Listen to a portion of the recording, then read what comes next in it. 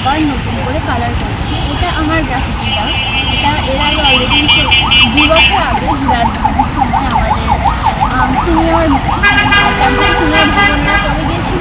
আমরা এখন জাস্ট তাদের কাজকে তারা যে মেসেজটা দিতে চেয়েছিল সেটাকে সম্মান জানিয়ে আজকে এটাকে আবার নতুন করে অলঙ্করণ করছি। আমরা দেখতেই পাচ্ছি।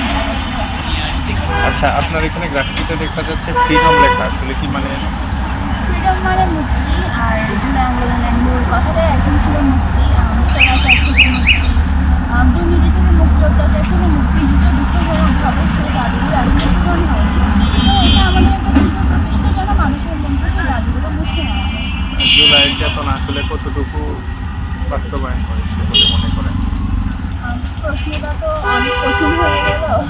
আসলে বিভিন্ন দিক থেকে যদি আমরা বিবেচনা করি, কিছুটা বাস্তবায়ন হয়েছে। বর্তমানে বাক স্বাধীনতা বেড়েছে, বর্তমানে গুমের হার কমেছে, বর্তমানে মানুষের মধ্যে ওই একটি নির্দিষ্ট দলের প্রতি ভীতি কমেছে। তবে আমরা অনেক দিক থেকে বিবেচনা করলে জুলাই আন্দোলনের অনেক দাবি দেওয়া পূরণ হয়নি।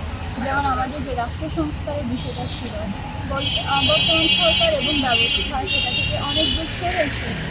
পাশাপাশি আমাদের যে প্রশাসনিক সংস্কার, শিক্ষার উন্নয়ন, গবেষণার উন্নয়ন, তারপর আমাদের বাজেট সংস্কার, আরও যে বিষয়গুলোর প্রতি আমাদের দাবি ছিল, সে দাবিগুলো বলতে পারেন এখনও পূরণ হওয়ার প্রক্রিয়ায় আছে, তবে পূরণ হয়নি। তবে আমরা আশা রাখছি যে মানুষ যদি সচেতন হয়, মানুষ যদি মন থেকে চায়, এই দাবিগুলো পূরণ হওয়ার